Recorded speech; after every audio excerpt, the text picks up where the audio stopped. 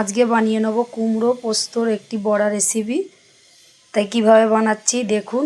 এটা হচ্ছে কুমড়ো পোস্ত। বাচ্চারা না খেতে চাইলে এরকমভাবে সবজিকে একটু অন্য স্টাইলে করে দিলে বাচ্চাদের ঘরে সহজে খাওয়ানো যাবে। তাই আমি এইরকমভাবে বানিয়ে নিয়েছি, আপনারাও বানিয়ে নিতে পারেন। তাহলে কিভাবে বানাচ্ছি আমার ভিডিওর মাধ্যমে আপনারা দেখতে পাবেন। আর ভিডিওটা দেখে ভালো লাগলে ফলো দিয়ে রাখবেন, ইউটিউব দিয়ে দেখলে সাবস্ক্রাইব করে রাখবেন। তাহলে শুরু করছি আর আপনারা ভিডিওটা দেখতে থাকুন। কুমড়োর পোস্তর বড়া বানাবার জন্য আমি কুমড়োটাকে ছিলে নেব। নিয়ে নিয়েছি অর্ধেক একদম পাকা কুমড়ো।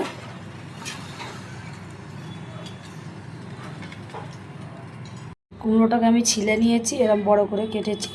এবার এটাকে সিদ্ধ করে নেব। কুমড়োর চপ বানাবার জন্য আমি এখানে নিয়ে নিয়েছি কুমড়ো, বেসন, কালো জিরে, পেঁয়াজ লঙ্কা কুচোনো সব জোগাড় করে নিয়ে নেব পোস্ত, কেন পোস্তটাও লাগবে। এবার একে একে আমি সব দিয়ে দেবো।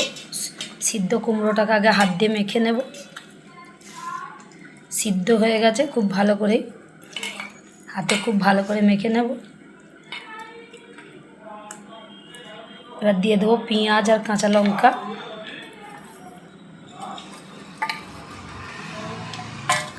আর দিয়ে দেবো কালো জিরে,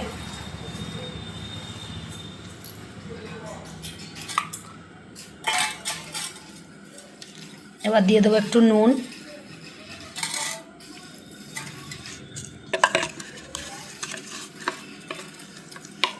আর দিয়ে দেবো একটু ধনে আর জিরে,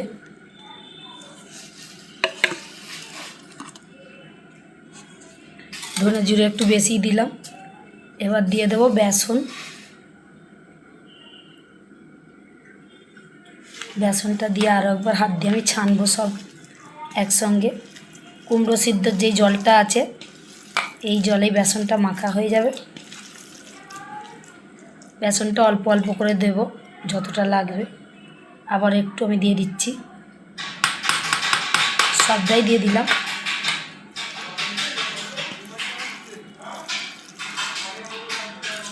দিয়ে দেবো একটু হলুদ গুঁড়ো। কুমড়ো হলুদ না দিলেও হতো, তাও আমি একটু অল্প করে দিয়ে দিলাম। দিয়ে আবার একটু ভালো করে সব মেখে নেব।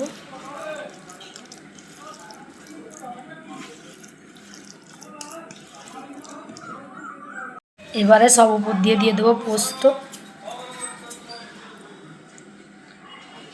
পোস্তটাকে দিয়ে এবার আমি হালকা হাতে একটু মাখবো।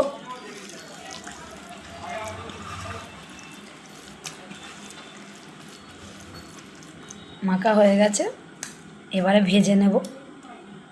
এবার আমি কড়াই বসিয়ে দিয়েছি গ্যাসে। কড়াইয়ে সাদা তেল দিয়ে দিয়েছি, তেলটা খুব ভালো করে গরম হয়ে গেছে। আমি কড়ার চারিপাশে ঘুরিয়ে নেবো একটু, কড়াটা তেলা হয়ে যায় যাতে। এবারে একে একে বড়াগুলোকে আমি দিতে থাকবো। এরকম হাতে করে নেব আর দেবো।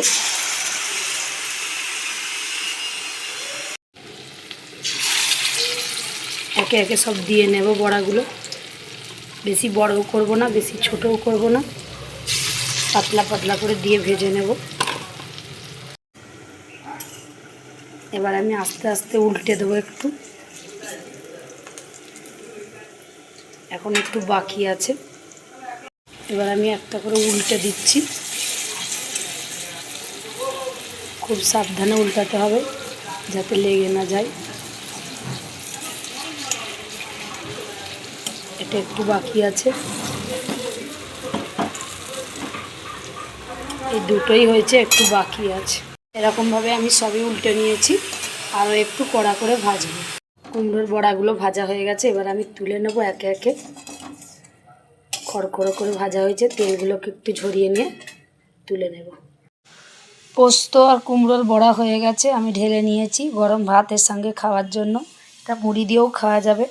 তাই এরকমভাবে কেউ না সবজি খেতে চাইলে এরকম বড়া বানিয়েও খাওয়ানো যায়।